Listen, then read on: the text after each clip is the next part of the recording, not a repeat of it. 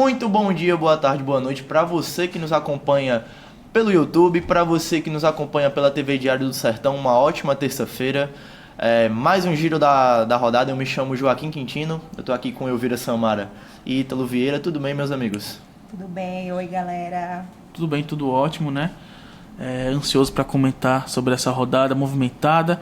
Infelizmente, somente uma vitória dos clubes paraibanos, né? Mas faz parte. Vamos comentar aí a vitória do Belo e as derrotas de 13 e de Souza. É verdade, tudo isso você confere depois da vinheta.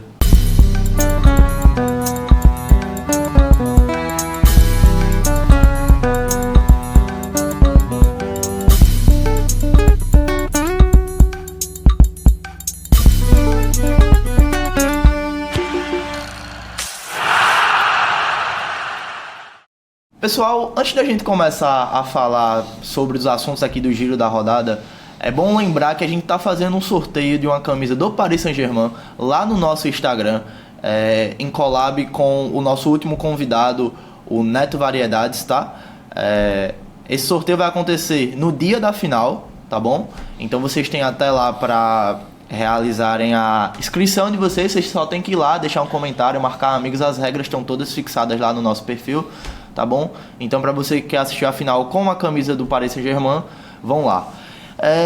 Falando sobre o primeiro assunto, Elvira e Ítalo, a gente teve a Série D, né, nesse final de semana.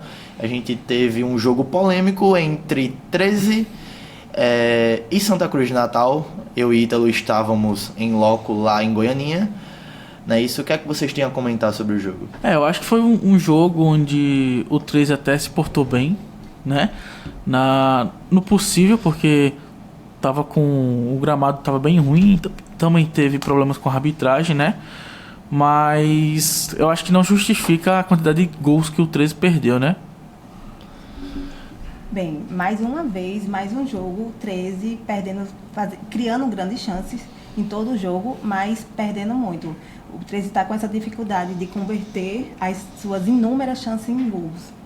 Eu concordo, inclusive, no momento, eu acho que uma grande chance que eu comentei até contigo, que foi a chance de Pipico. A gente tava por trás do gol, eu e Marcos Werck, a gente tava por trás do gol e eu vi o cabeceio do Pipico, assim, ele perde o tempo da bola, ele ainda raspa na bola, mas a bola sobe. Eu acho que foi o grande lance. E antes da polêmica, né, porque teve um pênalti muito polêmico que ocorreu, pra mim não foi pênalti, por todas as imagens que eu vi. A gente conseguiu também pegar uma rápida coletiva com Igor Rayan, né, pegou uma fala de Igor Rayan, ele também disse que chegou a não ver o lance direito. Eu só acho que o 13, ele poderia ter saído com o placar com mais de um gol, inclusive. Mesmo com aquele pênalti tendo sido marcado, o 13 teve chances, Ítalo, para converter e fazer mais de um gol e sair com 2-1 tranquilamente. E agora a gente vai passar a reportagem, né, pra gente saber mais o que aconteceu com o jogo em si, na íntegra. A reportagem feita pelo nosso parceiro Marcos Werck Júnior. Estamos aqui em Goianinha, Estádio Nazarenão. O Santa Cruz de Natal vence o 13 por 1-0 pela sexta rodada do Brasileirão Série D. Os lances dessa partida eu já vou te mostrar daqui a pouco, mas já deixo logo avisado que a principal história do jogo ocorreu aqui, nesta grande área, com um pênalti marcado a favor da equipe da casa aos 16 minutos do segundo tempo, que gerou várias reclamações da equipe paraibana. Foi aos 14 minutos do segundo tempo que o árbitro Bruno Fernandes Moreira assinalou este pênalti para a equipe da casa. A decisão acabou revoltando a torcida e a comissão técnica do 13. É você mesmo, vagabundo! Vocês fizeram aqui, caralho! Vai, bandido! Fica olhando aí!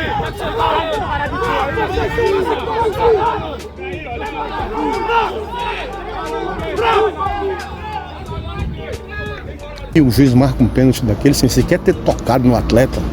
Eu não sou ficar reclamando, eu não entrei ali para reclamar dele, mas isso é um absurdo, isso é um absurdo. Isso é uma competição nacional, é uma competição que envolve muita coisa. Ali, dentro de campo, tinha 11, aqui fora tinha mais 11, fora o staff, todos os pais de família. que precisam, querem que a coisa seja justa. Hoje a gente sai daqui reclamando, reconhecendo que nós tivemos incompetência de não fazer o gol pelo volume que o time teve, mas a arbitragem foi decisiva para a derrota do 13 aqui hoje.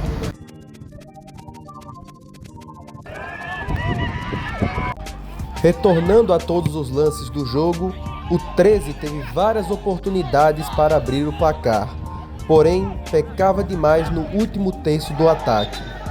O clube foi apoiado por sua torcida, que viajou 200 quilômetros para ver o time jogar. Mais chances para o 13, esta na cobrança de falta e o cabeceio de Diego Ivo.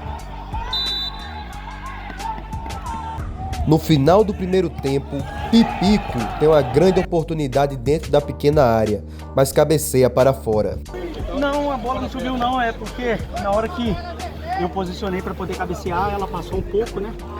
E eu tentei ainda esticar a cabeça para frente para poder esbarrar nela, como eu esbarrei, porém não foi suficiente para poder fazer o gol. Veio um pouco rápido na cara. Sim, veio um pouco rápido, mas trabalhar e voltar para o segundo tempo melhor. No segundo tempo, o 13 segue criando chances, mas segue não fazendo o gol. Em mais um cruzamento para dentro da área, Cezinha cabeceia para fora. E então ocorre o lance, o pênalti marcado para o Santa Cruz de Natal. O camisa 10, Thalisson, pega na bola, bate e manda para dentro do gol.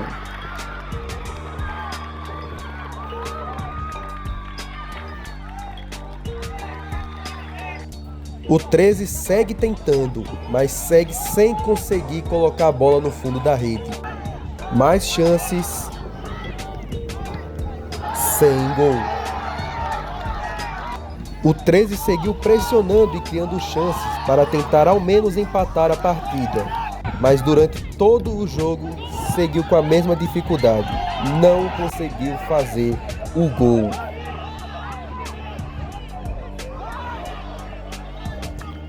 Fim de jogo, Santa Cruz de Natal 1, 13-0. Na verdade eu estava focado na finalização do atacante, eu não vi, pelo que eu estou vendo aqui, pela reclamação, o pessoal que estava de fora realmente não foi, mas eu acho que faltou a gente fazer os gols, a gente não pode deixar para a última hora, faltou a gente ter matado o jogo, consertar isso pro próximo jogo, para que a gente no próximo jogo possa matar o jogo quando a gente tiver as chances e não sofrer agora no final essa derrota. Aqui no estádio Nazarenão, vence a equipe do Santa Cruz de Natal, derrota a equipe do 13 por 1-0, com aquele gol polêmico que nós mostramos aqui, o pênalti assinalado pelo camisa 10, Thalisson. Agora o 13 encerra sua sequência de 3 vitórias consecutivas e vai tentar se recuperar na partida contra o Central de Caruaru no próximo sábado, no estádio Amigão, em Campina Grande. Pessoal, então a gente vai dar uma olhada agora, né? Agora que a gente vê essa reportagem, a gente vai verificar a coletiva de Marcelo Vilar. Eu e Ítalo tava na coletiva presente, a gente fez perguntas também para o técnico do 13, e agora vocês vão acompanhar com a gente. A gente não pode negar que nós somos incompetentes, porque nós, mesmo no campo diferente do que a gente joga, o nosso time teve o controle do jogo, o time criou mais oportunidades, foi incompetente na finalização, mas o que aconteceu hoje aqui é impossível de acontecer. Uma jogada daquela ali, em que o time do meu goleiro não tinha feito uma defesa, não fez uma defesa no jogo. E aí o Bandeira não dá impedimento e o juiz marca um pênalti daquele sem sequer ter tocado no atleta. Eu não sou ficar reclamando, eu não entrei ali para reclamar dele, mas isso é um absurdo, cara, isso é um absurdo. Isso é uma competição nacional, é uma competição que envolve muita coisa. Ali, dentro de campo tinha 11, aqui fora tinha mais 11, fora o staff, todos os pais de família que precisam, querem que a coisa seja justa. Hoje a gente sai daqui reclamando, reconhecendo que nós tivemos incompetência de não fazer o gol pelo volume que o time teve, mas a arbitragem foi decisiva para a derrota do 13 aqui hoje. O grupo, os jogadores que aí estão, eles deixaram o melhor deles ali dentro. Eles se entregaram, lutaram, né, competiram o tempo todo.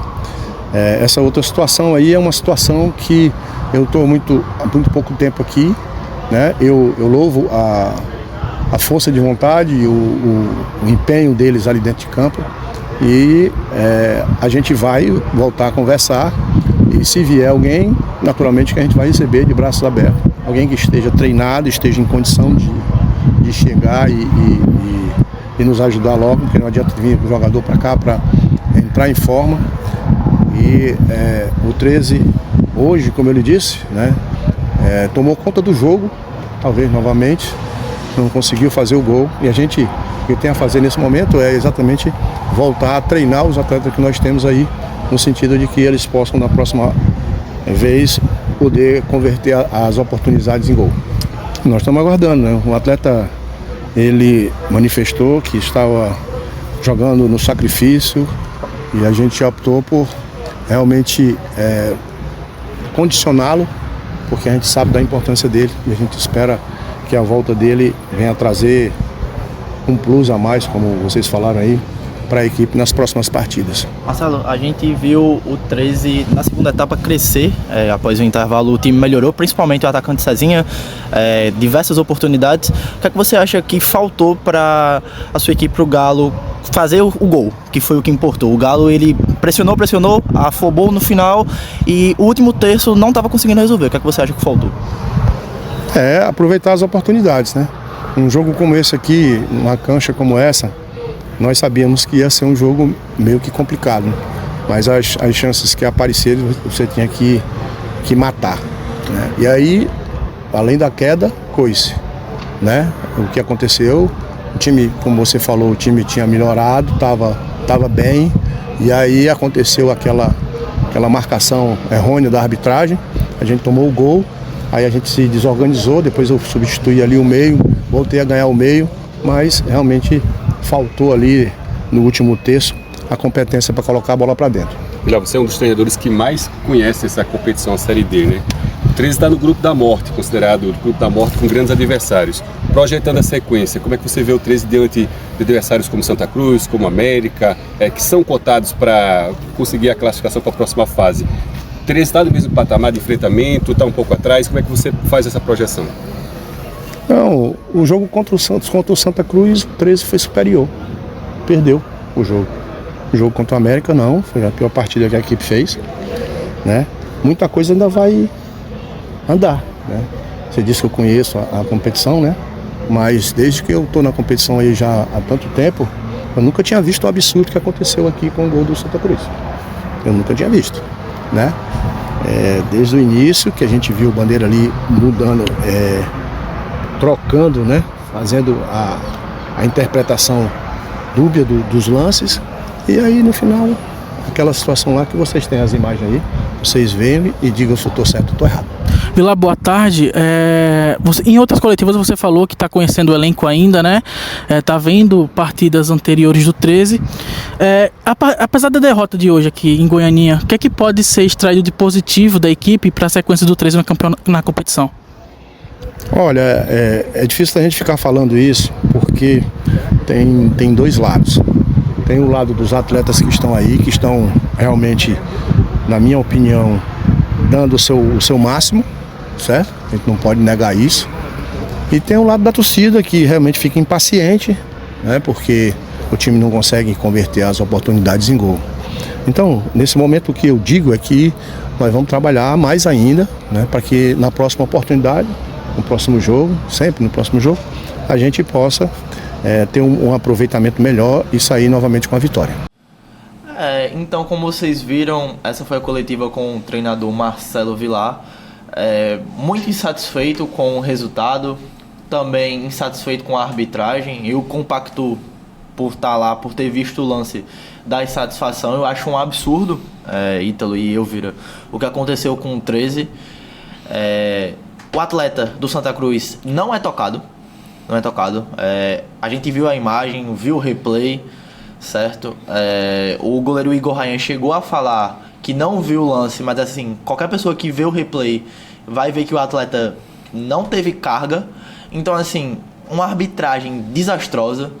Teve também o caso que aconteceu com a bandeirinha, que ela foi hostilizada também pela torcida presente do 13. Não é isso? Mas, assim, não justifica, pra mim, acima de tudo, essa derrota pelas chances perdidas pelo 13. Eu acho que a arbitragem tem sim culpa, mas também os jogadores têm que botar a cabeça no lugar e começar a converter as chances. Essa derrota do 13 tem diversos fatores que a gente pode colocar, né? O gramado ruim,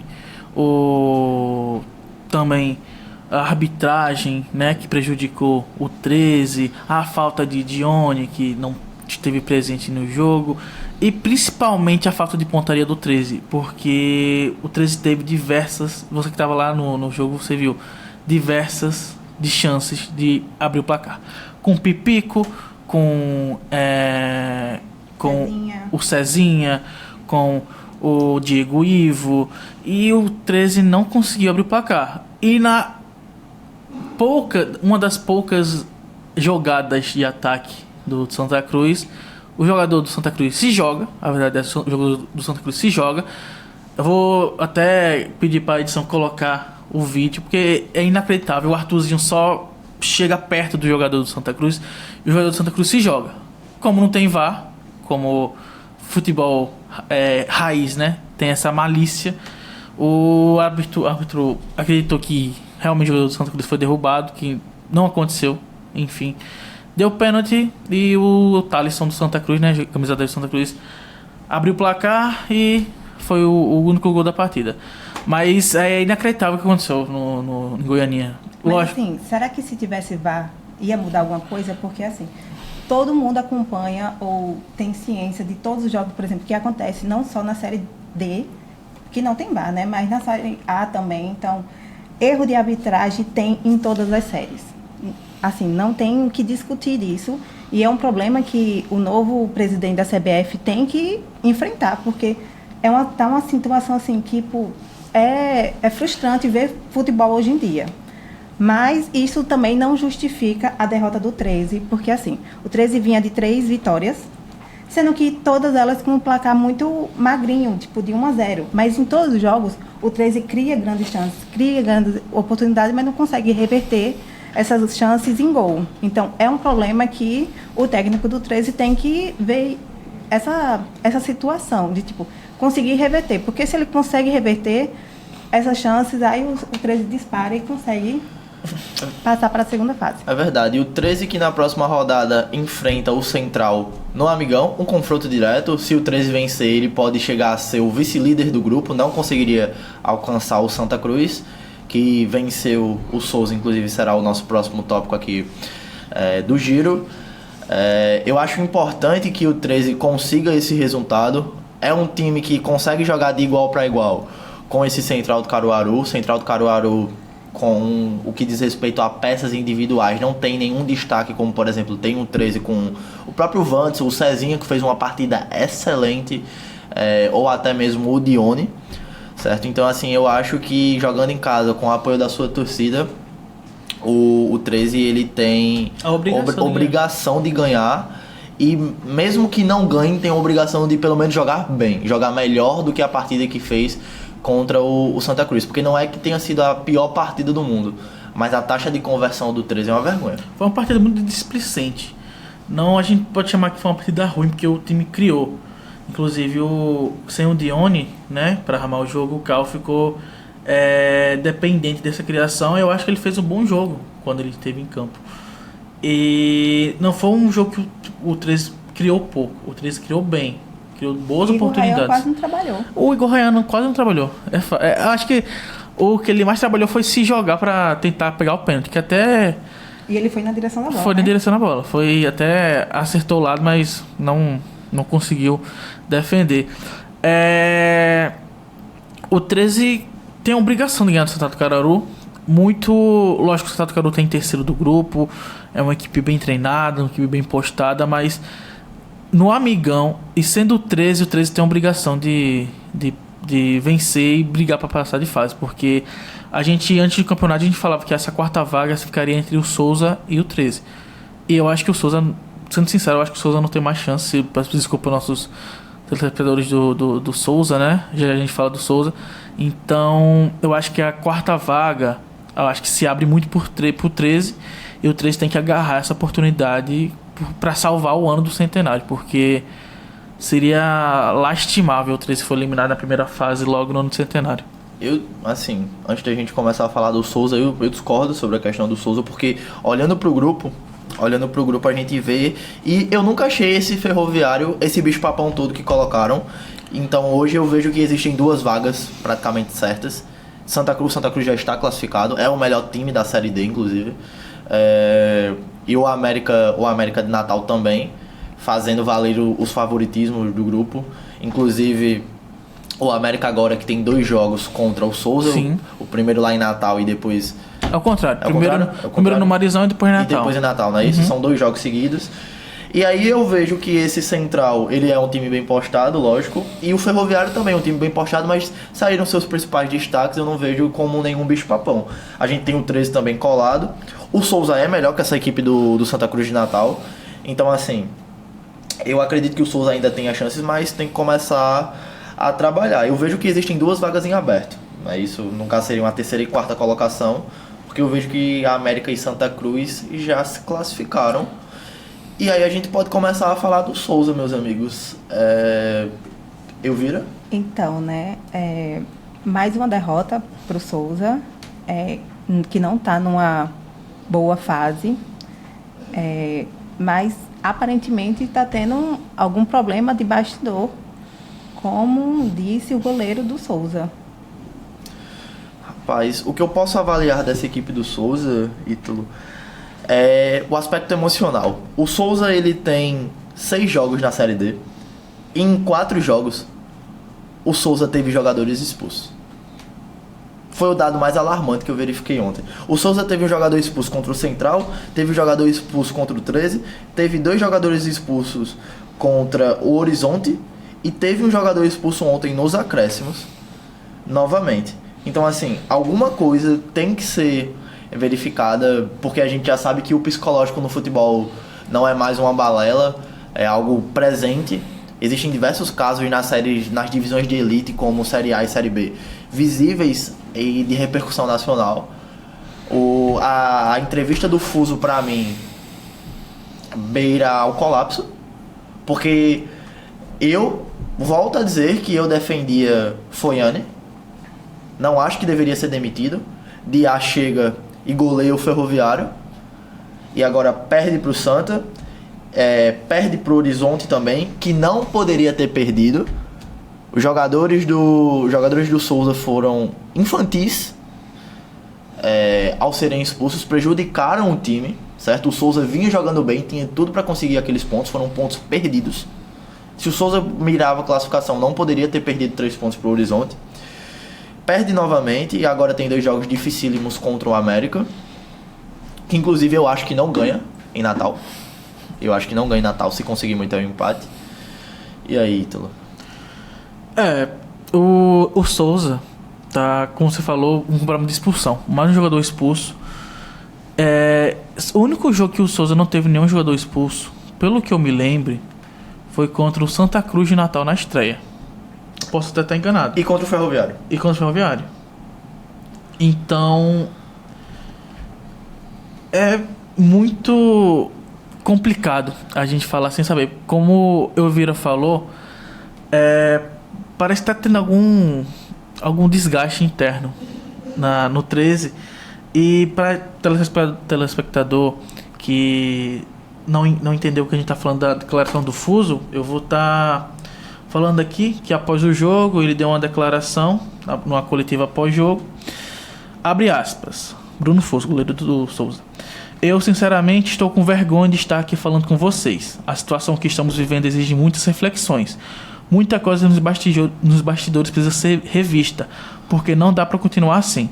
Você vem, se dedica, entrega, gera receita como nós fizemos e, mesmo assim, não consegue nas segundas vezes entregar nenhuma fração do que já foi feito aqui.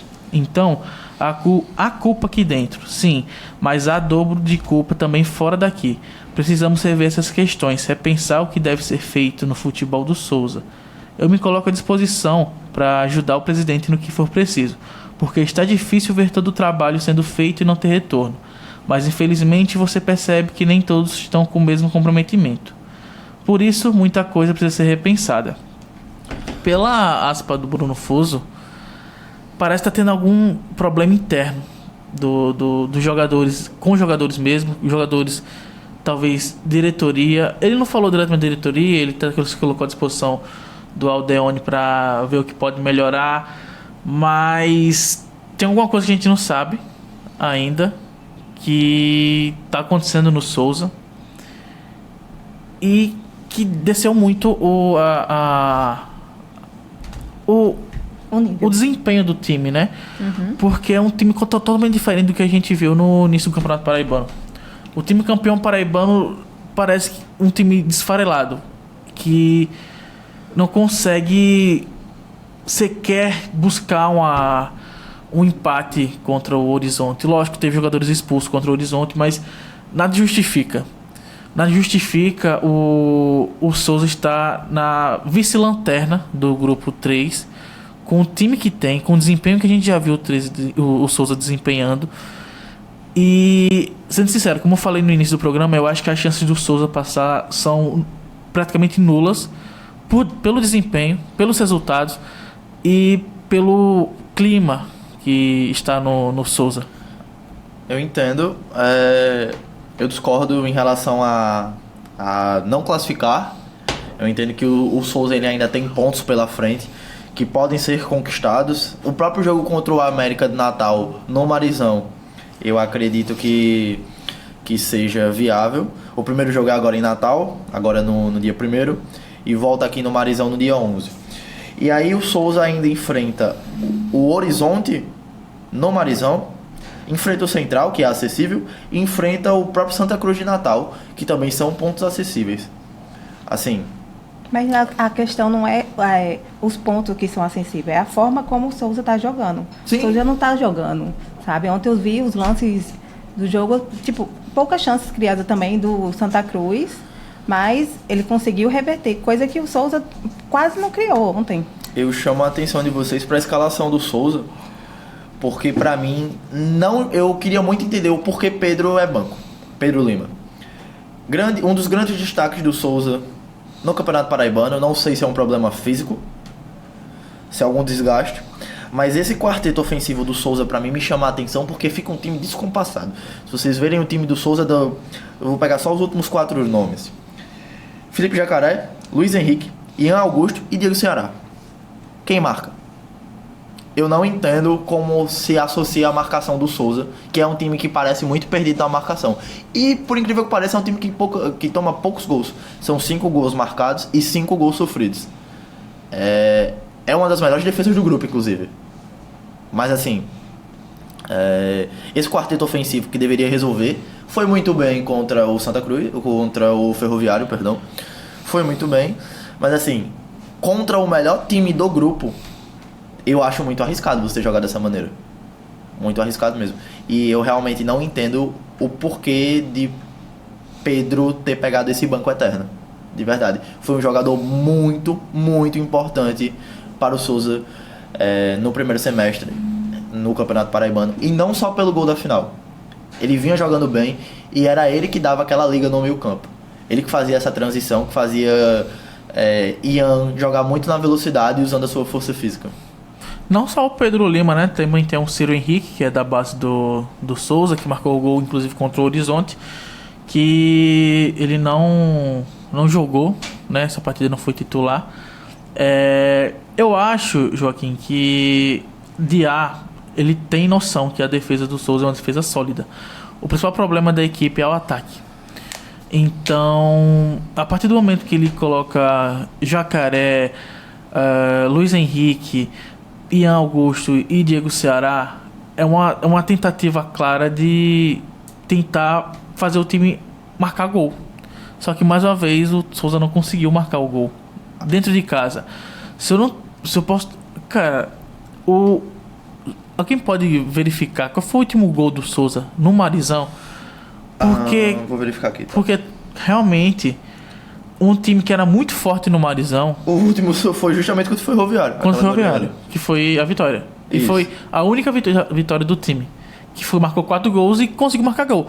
Antes disso, tinha marcado contra o Botafogo na final. Sim, ou seja, o principal problema do Souza é o ataque. O único jogo que o ataque do Souza funcionou foi exatamente no jogo que o Souza ganhou, que foi contra o Ferroviário, dentro do Marizão.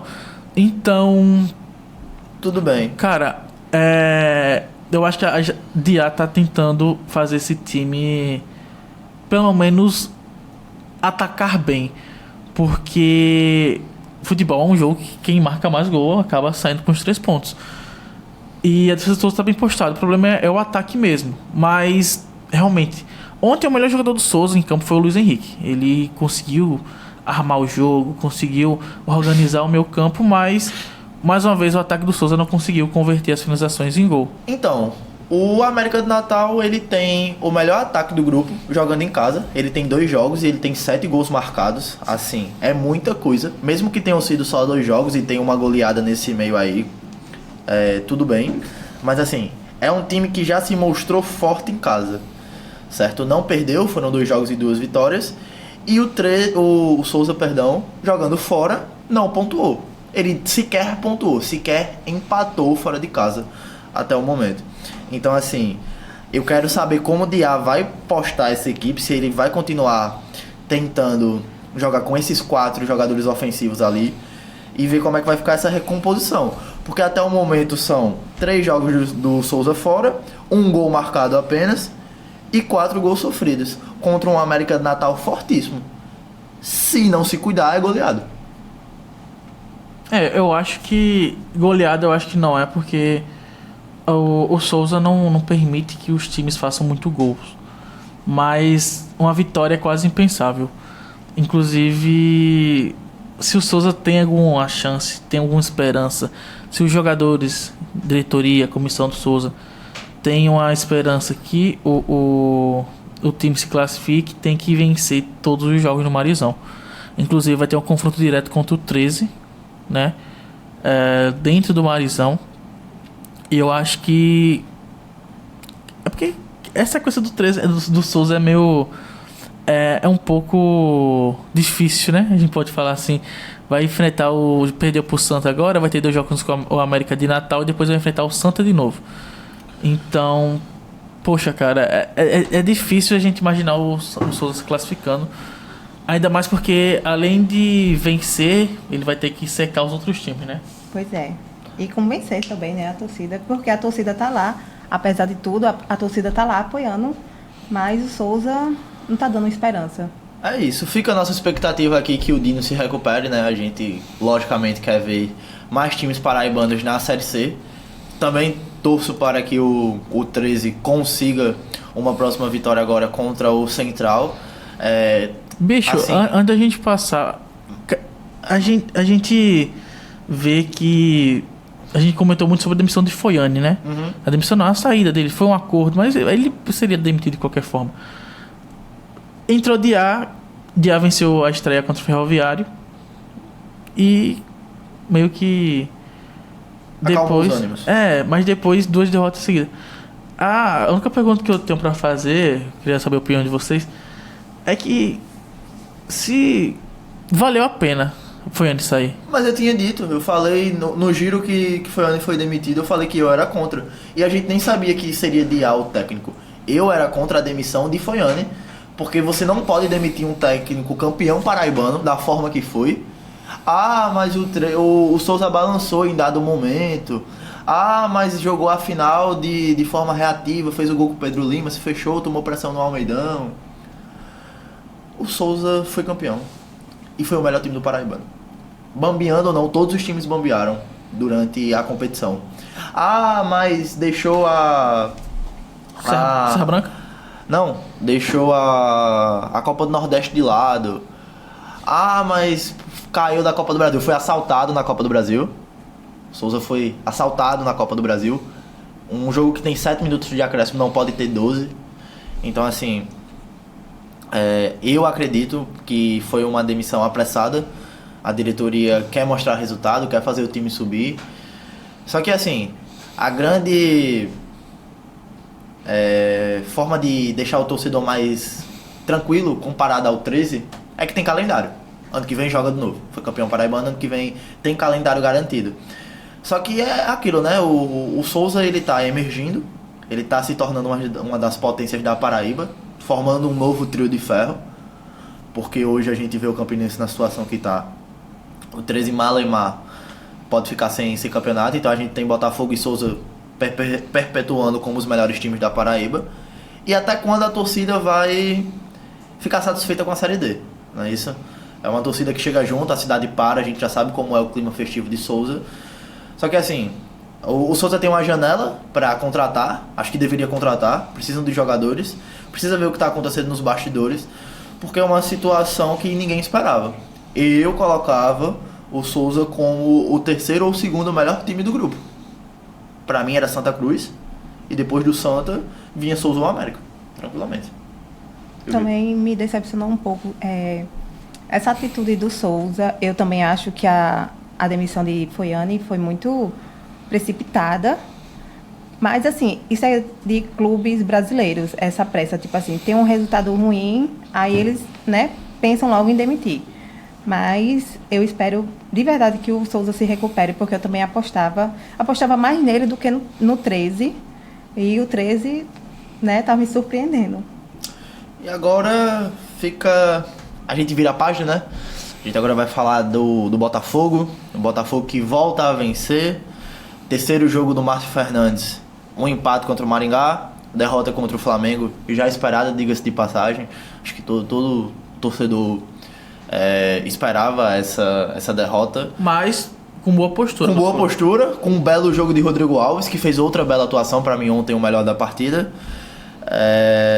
Que dá um respiro ao Botafogo, né? Que bota o Botafogo na 10ª posição, a 1 ponto de entrar na zona de classificação para o quadrangular. E agora, antes da gente começar a realmente adentrar ao jogo, eu estava em loco ontem com Luan e Diego Cordeiro, que também fazem parte aqui da nossa equipe.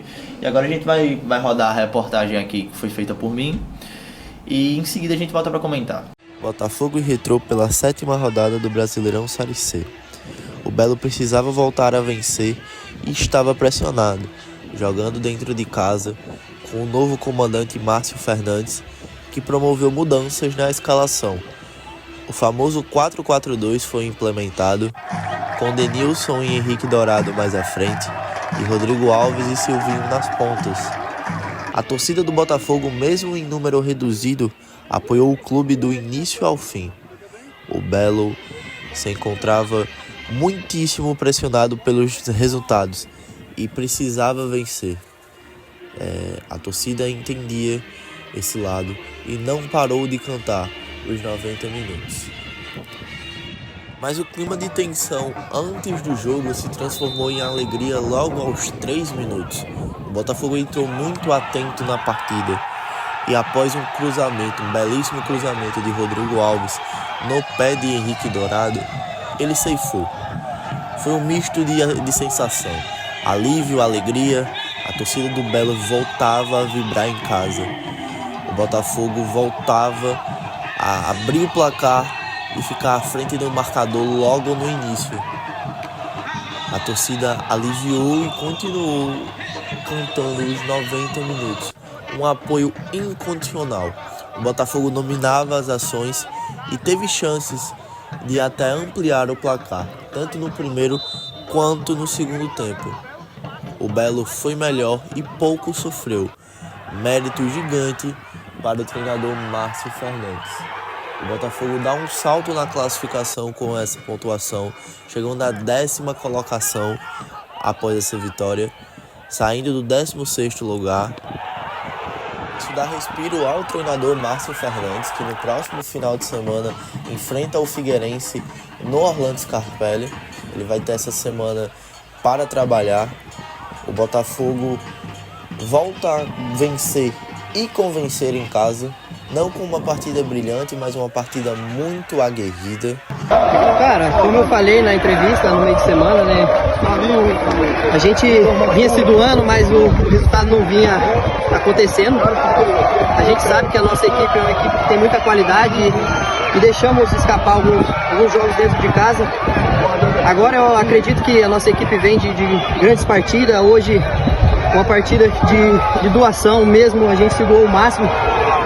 Conseguimos esses 3 pontos, que era o principal objetivo, agora é descansar e focar aí que final de semana já tem mais e pensar grande que agora vamos em busca da classificação. Cara, isso aí faz parte, né? A gente que tá no meio do futebol, a gente sabe como que funciona.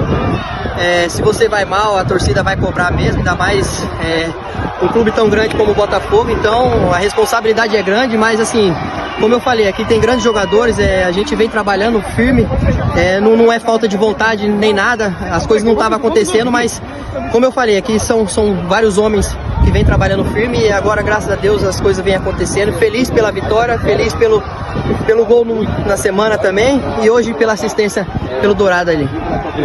Hoje no Almeidão, o Botafogo venceu o Retrô pelo placar de 1-0 no terceiro jogo comandado pelo professor Márcio Fernandes. Foi a primeira vitória do novo técnico do Belo e dá tranquilidade agora e respiro ao time da capital para continuar essa jornada na Série C. Olha, a primeira coisa a gente tem que entender que o comandante que estava aqui é um treinador que dispensa comentário, né? Às vezes as coisas não acontecem e houve essa troca. Não que com isso a gente fez alguma coisa que não estava sendo feita. Só que a gente deu um pouquinho mais de sorte, conseguimos vencer, né? E agora ganhar confiança sobre o Rodrigo, um jogador que já foi meu jogador da Vila, já subimos juntos, já fomos campeões dessa série juntos, então eu acredito muito nesse jogador, mas o desgaste desses 3 jogos fez com que realmente no final do jogo ele tivesse que ter muita dificuldade para terminar o jogo. Foi só a segunda vitória do Botafogo em 4 jogos no Almeidão. O Belo que foi melhor durante todo o primeiro e segundo tempo. Segundo tempo marcado pelos grandes acréscimos dados pela arbitragem, 8 minutos de acréscimo. O Botafogo foi superior, a defesa não sofreu gols. Isso não acontecia desde o dia 27 de abril. De lá para cá eram 6 jogos contando com o jogo de hoje. E com isso o Botafogo agora respira durante a semana para enfrentar o Figueirense. O que eu tenho para falar de início, gente, é que eu achei a postura do Botafogo vendo o jogo no campo mesmo muito boa. O Botafogo pouco sofreu contra o Retrô, que, diga-se de passagem, acaba de eliminar com um time misto, porque poupa para enfrentar esse Botafogo. Elimina o Fortaleza, vem com ânimo lá em cima, e a gente pega o Botafogo que vem numa sequência triste, né? Uma sequência difícil, complicada, muito difícil. 7 jogos sem vencer. Eram 5 jogos sem SG, saldo de gol, sem permanecer, sem ser vazado. A última vez foi contra o ABC, que foi uma situação totalmente extrema, Michael expulso, Guilherme Santos no gol. E ontem fez um jogo sólido. Eu não vi o Botafogo sofrer, Ítalo e Elvira. Eu também não vi, não. E eu não estava lá presente, mas eu vi o jogo. E, assim, uma boa postura do Belo. Foi um gol logo no começo, mas conseguiu segurar a vantagem.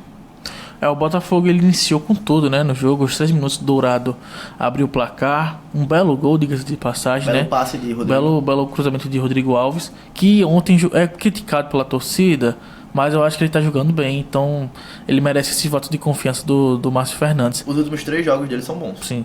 Que foi a estreia do Márcio Fernandes no Almeidão. Então, já tem um bom início, né? No Almeidão, o jogo que foi às 3 da tarde, porque o refletor ainda não tá ok, né? Para ter partidas noturnas. Eu acredito que até o jogo contra o Caxias seja resolvido isso. Isso, eu espero também. E eu achei uma postura boa do Botafogo. O Botafogo não sofreu. E contra o Retrô, que priorizou, né, esse jogo. Lógico que contra o Fortaleza talvez tenha sido o principal jogo da história do Retrô. Lógico que foi campeão da Série D, mas eu acho que essa classificação para as oitavas da Copa do Brasil foi incrível. Até parabenizar o Retrô, porque a gente vê como é a dificuldade dos times do Nordeste. O Retrô tem uma ótima estrutura. Invejável para muitos times. Uma equipe que está em ascensão e que tem um bom time, tem boas peças. O Michael Douglas ontem era um jogador que levou perigo algumas vezes ao Botafogo, né? Nas poucas escapadas que o Retrô teve. O Ibali também entrou no segundo tempo. É um jogador que eu gosto muito. Ele é da base do São Paulo, está emprestado ao Retrô, atleta senegalês de 22 anos. Mas o Botafogo em nenhum momento ele teve grandes apuros. Lógico, o Fracaro ele fez algumas defesas, inclusive no final do jogo. Ele fez uma grande defesa para garantir a vitória, mas não foi um jogo que a gente viu o Botafogo muito em apuros. O Botafogo teve até outras chances, né, de ampliar o placar. E eu acho que o Botafogo tem tudo para o próximo jogo contra o Figueirense, apesar do Figueirense ser um grande clube, né? O Figueirense não é o mesmo Figueirense de antes, atualmente está na zona de rebaixamento da Série C.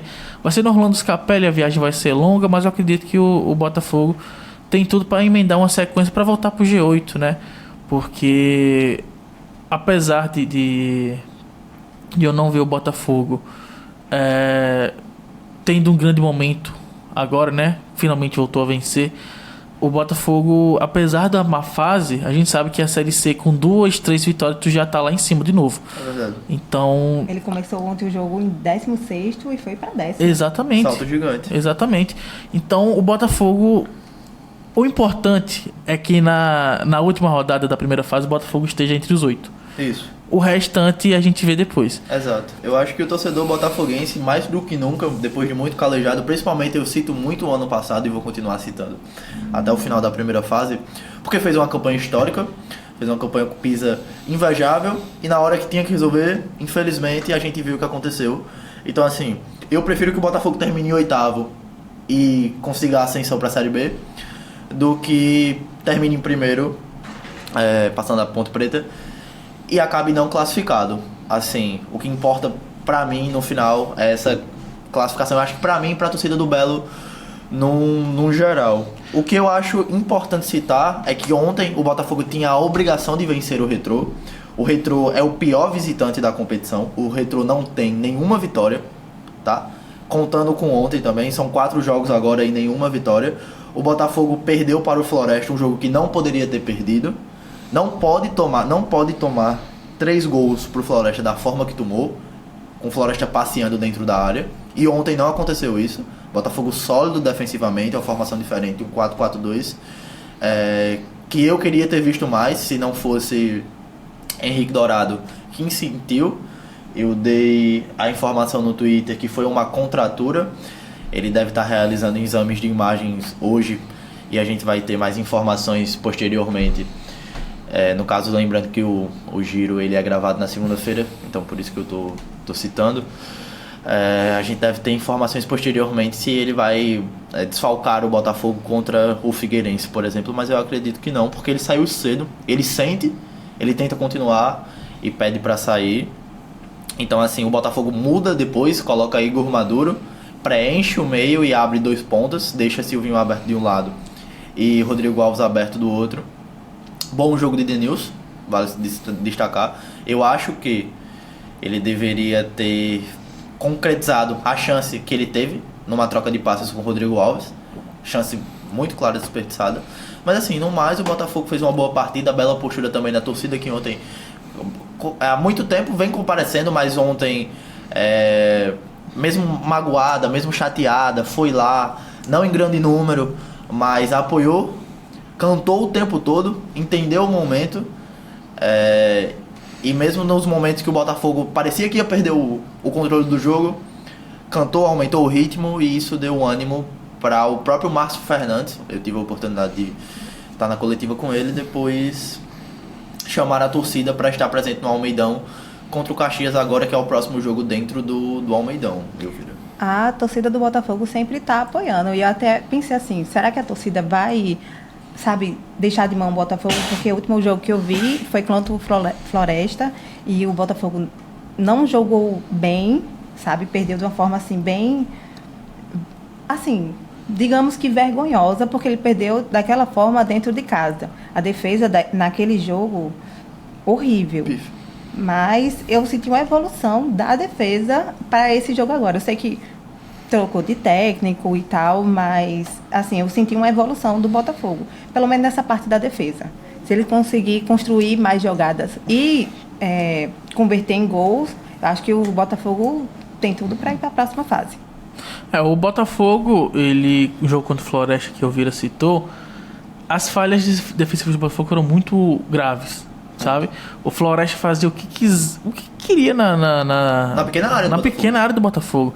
Foram 2, 3 gols, né, que o Botafogo tomou, que foram aquele golzinho de videogame, né? Troca de passe. Toca a bola pro o cara o atacante só escorar e marcar o gol. Então, eu acho que a principal coisa que a gente tem que ressaltar do Márcio Fernandes é a postura que ele fez o Botafogo tomar. Porque a gente vai pegar como exemplo o jogo contra o Flamengo, né?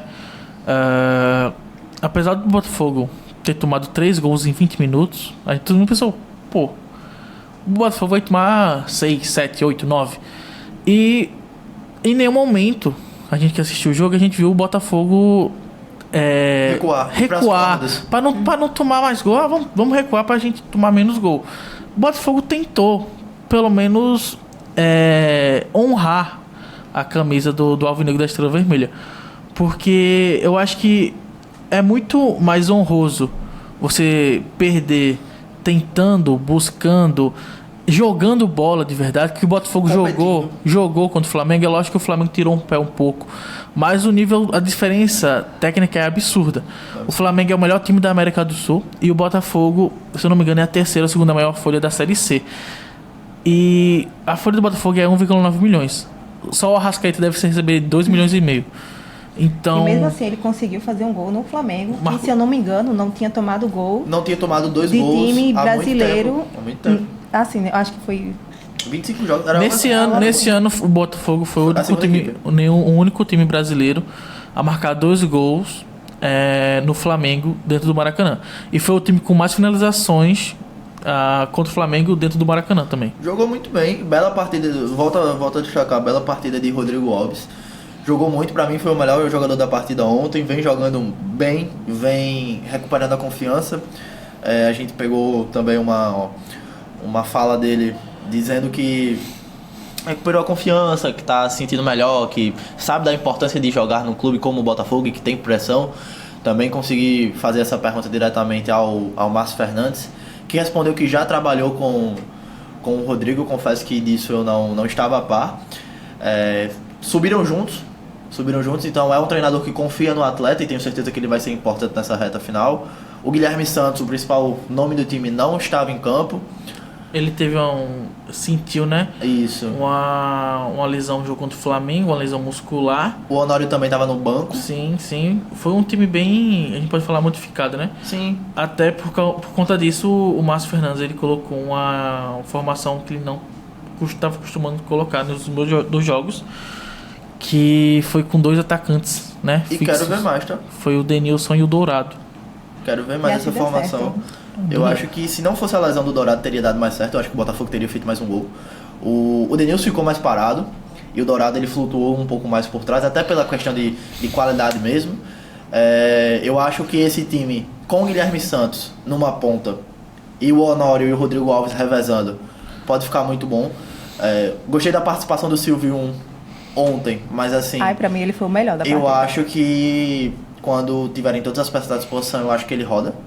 E não que isso seja ruim. Tu acha? Acho que ele banca. Eu acho que ele jogou bem, assim, nos últimos jogos. Contra o Flamengo ele foi bem, ontem também eu achei ele muito, muito bem mesmo. Mas a minha questão é que pra mim o Guilherme, jogando de ponta, ele é o melhor ponta do Botafogo.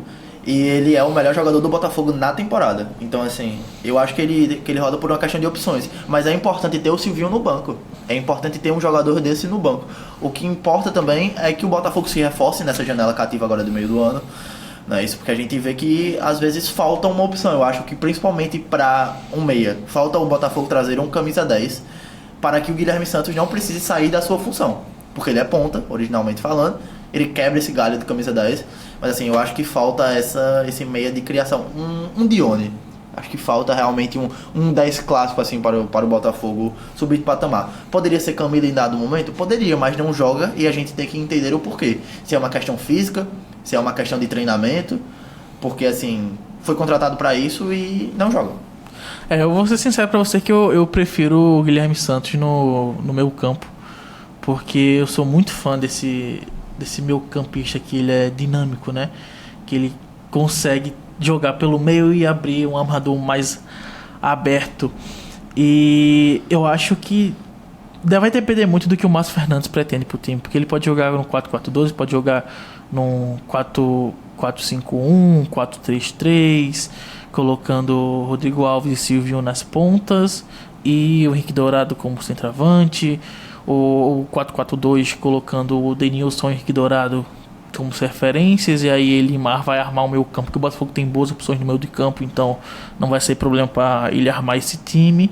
Ou um 4-5-1 contra o Flamengo, eu acho que é muito questão de jogo, né? O que o jogo vai apresentar, porque contra o Flamengo ele foi no 4-5-1, foi com Gama, Maduro, Thalisson, Honório e Guilherme Santos. Aí como referência somente o Dourado.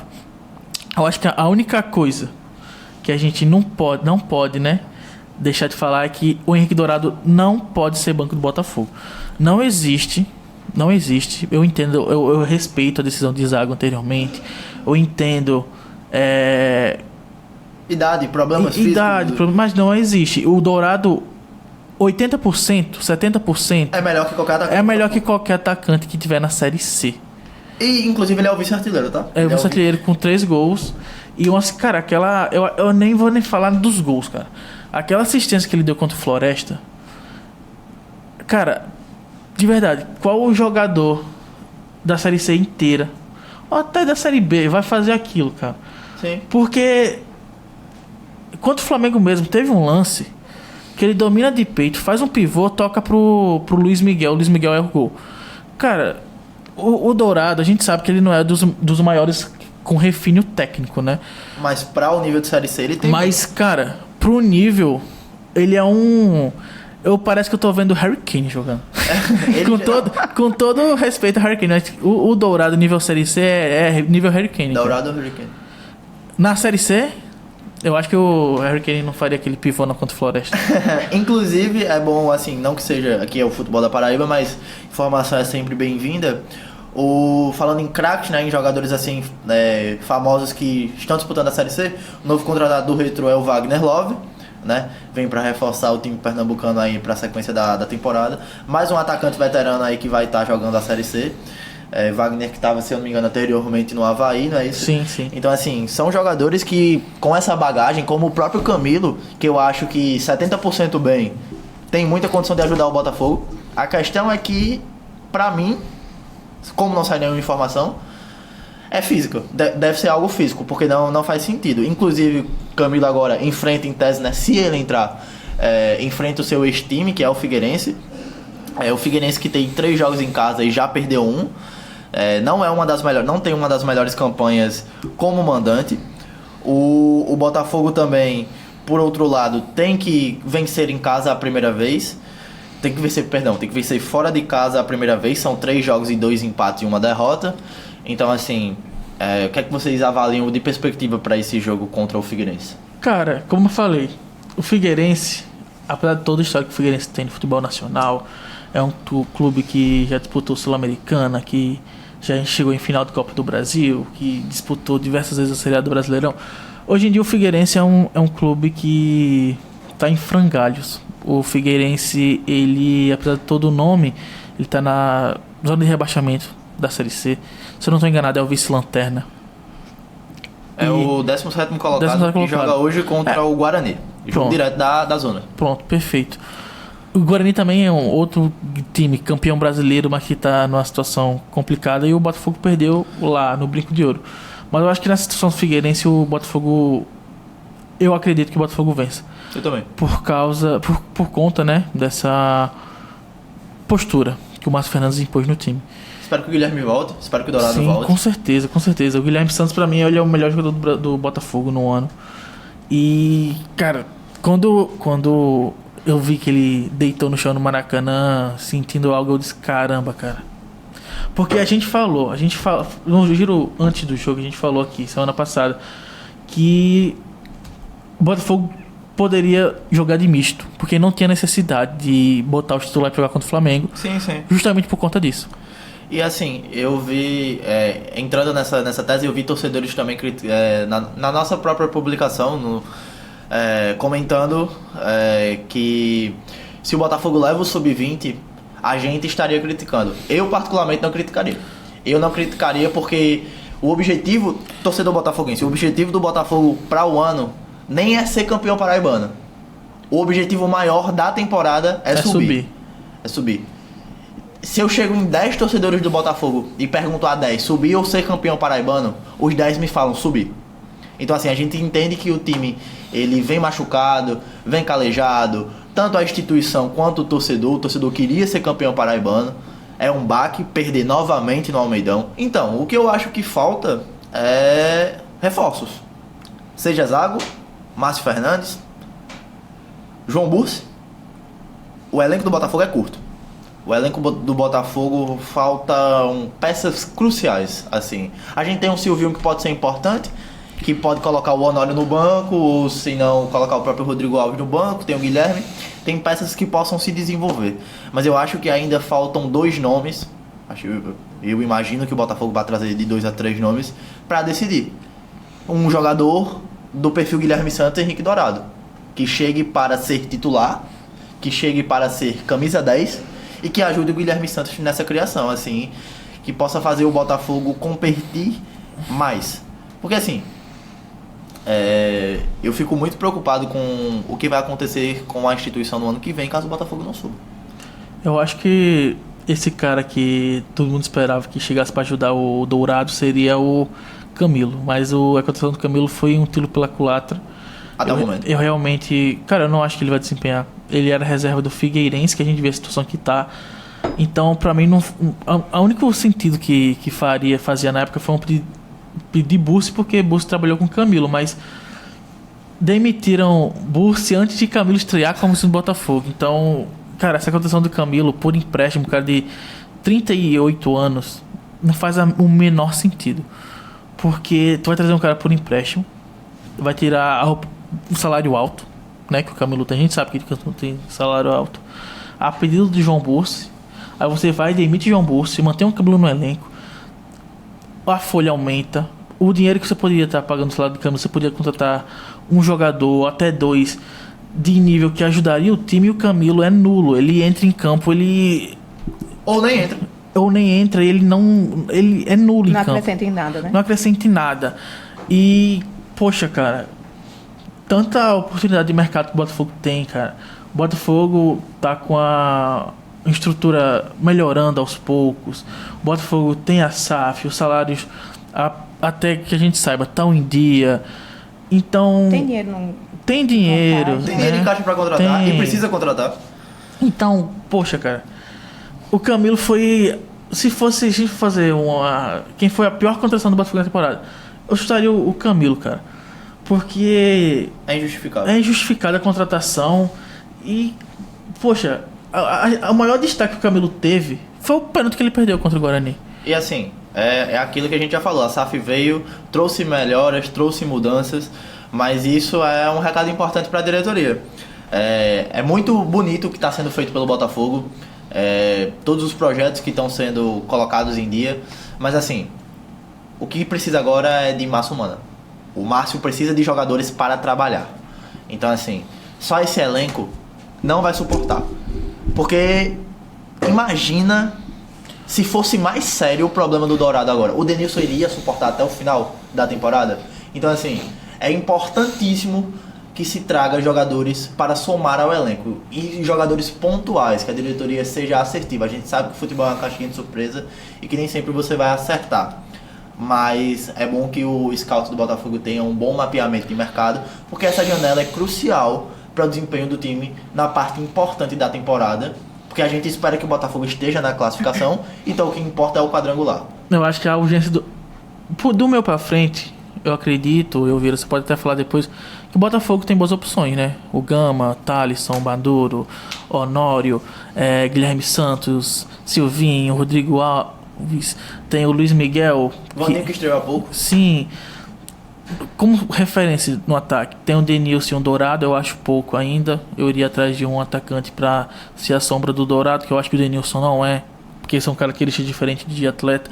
Eu acho que a urgência do Botafogo é no setor defensivo, porque o Lucas Ballardin, ele voltou de uma lesão de LCA, cruzamento cruzado anterior, para quem não sabe.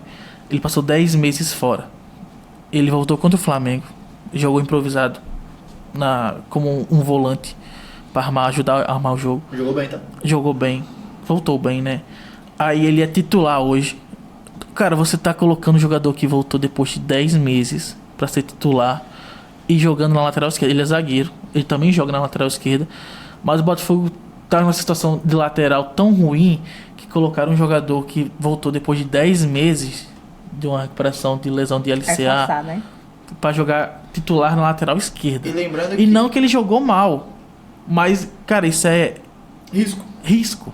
E lembrando que lesões físicas após um LCA são comuns. A gente tem casos gigantescos aí, comuns no Brasil. Eu acho que o caso recente a nível nacional, que todo mundo fala em termos de recuperação, foi a do Pedro do Flamengo, que deveria voltar em 1 ano e recuperou em 7 meses. Mas você vê, por exemplo, existe um controle de carga gigante sobre o atleta, que inclusive convocação é já. A gente provavelmente não vai ver ele na lista, justamente por esse controle de carga, para que o atleta não se lesione. E aí a gente pega o Lucas, que voltou agora, e que ele já joga contra o Flamengo. Ele não precisava ter jogado contra o Flamengo. Mas tá? foi legal ele entrou, jogou alguns 15 minutos, 10 minutos. Sim, mas assim, não era preciso. E agora ele jogou improvisado em uma das funções mais desgastantes do futebol. Pra mim é a função mais desgastante, que é o lateral, que é ir, voltar, acompanhar, tem que armar jogo, tem que defender. Então assim, preocupante, tá? Visto que as laterais do Botafogo não são nada confiantes. Eu pode finalizar pra gente ir pro nosso off-rodada.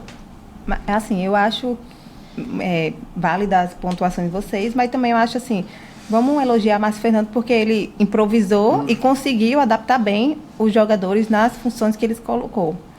Mas é isso, espero que a SAF contrate novos jogadores, porque se tiver 1 ou 2 jogadores a mais, eu acho que consegue aí essa classificação para a próxima rodada. O último bloco agora do nosso giro, ele vai se dedicar à parte off da rodada da Série C e da Série D. A gente vai falar um pouco sobre FPF, um pouco também sobre a regulamentação que aconteceu na troca do estatuto da FPF, que foi mudado. E também teremos um novo quadro agora no futebol da Paraíba chamado Bola de Cristal, onde a gente vai palpitar, toda a equipe de hosts do futebol da Paraíba de hoje em diante, todo o giro, vai palpitar sobre os jogos da próxima rodada. A gente pode começar falando, Ítalo, justamente sobre a questão da Michele, né, que ela se torna agora a primeira vice-presidente mulher da CBF, não é isso? A primeira mulher a se tornar vice-presidente da entidade. O Samir Chaldi, que assumiu agora no domingo, era uma chapa única, né? Ele teve a maioria das federações e o apoio de 10 clubes dos 40, então conseguiu fazer essa eleição. A Michele assume como vice-presidente, só que assim, o que fica pra mim a preocupação é porque o trabalho dela à frente da Federação Paraibana não é nada de encher os olhos. Pra mim falta muito. A gente já chegou a comentar diversas vezes que ela aparece mais pra tirar foto do que, respectivamente, melhorando o cenário do futebol paraibano. E junto com esse baque, não é isso? Com essa alteração de estatuto que agora permite reeleições infinitas. E a gente vê que isso pode fazer o futebol paraibano naufragar. A representatividade, né, de ter uma mulher como... Primeira vez uma mulher como vice-presidente da CBF é bacana. Importante. O problema é quem assumiu e da forma que foi. Justo. Eu acho que ninguém, a gente que cobre futebol paraibano, ninguém entende como e por que Michele Ramalho ela foi indicada. A gente sabe o porquê, né? Um jogo de interesse, mas o motivo dela estar na CBF, porque nem o futebol paraibano em si ela auxilia, se faz presente, auxilia. Cara, eu só vi Michele Ramalho presente em 3 oportunidades. Na final, no Almeidão, no jogo contra o Botafogo e Concórdia na Copa do Brasil, e no Botafogo e Flamengo lá no Maranhão, que ela entrou junto com o elenco do Flamengo. Eu achei isso... Eu não sei. Eu confesso que não tinha visto nessa parte dela entrando com o elenco do Flamengo. Cara, ela entrou junto, só que aí ela tava mais do lado dos jogadores do Flamengo do que do Botafogo. Ela sendo o presidente da FPF. Isso aí é... Enfim. Aquilo que eu já falei giros atrás. Um campeonato paraibano tradicional não pode ser um campeonato que não tem patrocinador master no sentido de premiação, pô. É o patrocínio do...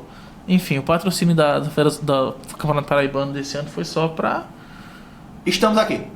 Temos um patrocínio. Estamos aqui e vamos bancar algumas coisas. O futebol da Paraíba pode ser o patrocinador não pode. do próximo Campeonato Paraibano. Pode. Não, se for free assim, a gente tem essa condição de entrar.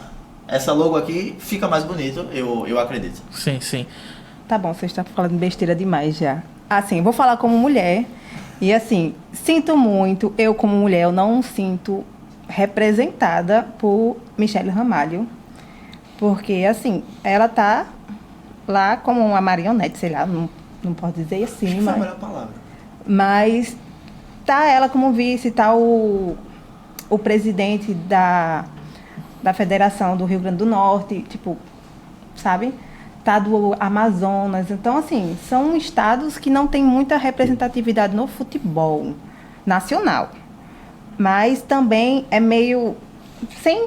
Assim, como é que a gente vai entender Michele Ramalho lá, sendo que, como vocês falaram, o futebol paraibano, ela não, sabe, deixa Deus dará, digamos assim, não tem um prêmio para o campeão do futebol paraibano. Não tem um prêmio, não tem dinheiro, nada. A taça quebra. A taça quebrou. Meu Deus do céu, o que a gente virou um meme nacional. Então, assim, e ela só estava lá na final. Então, como é que, sabe, convidam ela para assumir esse cargo que é tão importante? Tirando a questão de arbitragem também, né? Porque, assim, eu sinto uma desvalorização aos profissionais que aqui estão, porque não são bem capacitados pela federação. E aí a gente tem que trazer Rafael Claus para apitar a final. Não existe. Para mim, não existe. Porque a gente tem profissionais competentes aqui, mas falta o trabalho da federação em otimizar esses profissionais, em melhorar esses profissionais. E espero agora que ela na CBF possa ajudar nesse sentido, né? Porque problema de arbitragem, como eu falei anteriormente, é no Brasil inteiro. São, sabe, árbitros de todos os estados do Brasil que tem essa falha. Ou seja, tem que ter alguma coisa. E aí também tem um ponto bem importante pra gente comentar, um ponto legal, né? Para a sequência do nosso mês aqui, que seria o jogo do Campeonato Feminino. No caso, seria a Copa do Brasil Feminina, o jogo entre Misto e o Operário, certo? Esse jogo vai acontecer aqui no Almeidão, no dia 28, às 3 horas, e fica aqui o convite aos torcedores que se fazem presente aqui em João Pessoa, que compareçam. A gente vai ter uma equipe lá, Elvira Samara vai estar lá. Eu também vou. Ítalo vai estar lá, nossa amiga Ana Rebeca também vai estar lá, cobrindo esse jogo, né, pra gente apoiar as meninas. O futebol paraibano que vem crescendo, falta muito, Michele, falta muito.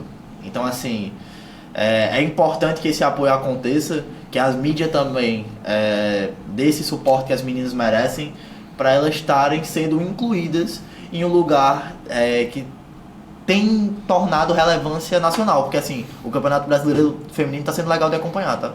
Sim, o Misto é o atual campeão paraibano de futebol feminino. Vai enfrentar o Operário do Mato Grosso do Sul. E vamos torcer, né? Esperamos a vitória do Misto para classificar a próxima fase da Copa do Brasil. Estaremos lá, espero que a torcida paraibana, né, que curte futebol paraibano, que gosta de futebol em geral, apareça para comparecer, para mostrar apoio às meninas aqui da Paraíba, de João Pessoa. O Almeidão, a gente pela toda a desvalorização do futebol paraibano e futebol feminino, ainda mais agravante, a gente não espera um público alto, e é por isso... É num horário assim, na quarta-feira, 3 horas também. da tarde. Mas, quarta-feira, 3 horas da tarde, no Almeidão, olha, vou estar lá, Ítalo vai estar lá, Ana Rebeca vai estar lá, o futebol da Paraíba vai estar lá, então eu convido vocês para estar lá com a gente, para assistir esse jogo. A gente vai para o nosso último bloco agora do programa. É um novo quadro, a gente já fazia isso aqui, vocês bem sabem, Todo final de giro a gente sempre palpita para os próximos jogos. Só que agora a parada ficou séria. Eu vou explicar para vocês como é que funciona o Bola de Cristal do futebol da Paraíba, tá? Vai existir uma tabela, a nossa produção vai estar colocando aqui a arte. E ele vai ser dividido em duas pontuações. A primeira pontuação é para acerto de placar, certo? Um dos nossos apresentadores ou membros da nossa equipe de hosts que não está presente no dia do programa em si, que acertar o placar vai receber 3 pontos, certo? E quem acertar o resultado, independente de placar ou não, recebe 1 ponto. Ou seja, se a gente coloca que o Botafogo vai vencer o Figueirense, mas erra o placar, o participante leva 1 ponto. E quem acerta os placares, certo? Tem uma pontuação à parte, tá bom? No caso, a pontuação é dividida em pontos e acerto de placar, que é o desempate, tá? A gente vai dar os nossos placares aqui e eu vou citar também os placares que foram colocados no grupo, tá bom? Eu começo contigo, Ítalo. Vamos lá, a gente tem 3 jogos, né, para esse final de semana. Figueirense e Botafogo. Cara, eu vou colocar aqui o Botafogo vai vencer por 1-0. Eu acho que até pode ser mais, mas vou colocar 1-0 por conta de ser no Orlando Scarpelli, lá em Florianópolis. Então, vamos colocar 1-0 Botafogo. Espero acertar. Quero disparar logo no início do Bola de Cristal. E América e Souza. Infelizmente eu vou na torcida, com o coração, vai ser 3-0 pro Dino. Só que aí, na razão, né, eu vou colocar a América 2-0 por conta das dificuldades que o Souza enfrenta ofensivas. O América é muito forte na Arena das Dunas. Eu não acho que vai ser goleada. Como falei, eu acho que o Souza é sólido defensivamente. Então vai ser 2-0 pro Mecão. E eu vi no caso, antes de a gente passar para Elvira, esquecendo do nosso Galo, né? O Galo da Borborema, 13 Central do Caruaru. O Galo vai cantar em Campina Grande, vai ser 2-1 pro 13, de volta pro G4 do grupo 3 da Série D. Na abertura do maior São João do mundo. Olha aí. É disputa de maior São João do mundo, tá? E eu sou de Pernambuco, mas assim, da Campina. Obviamente. Então, minhas apostas é Figueirense e Botafogo 1-1, 13 e Central 1-0 pro 13 e América e Souza 1-0 pro América. Bons palpites, vamos lá. Eu vou de 2-1 América. A América vence o Souza. Nas disputas de São João entre 13 e Central, dá empate. Eu tenho que, né, jogar nessa Ficou em cima do muro. Fiquei em cima do muro.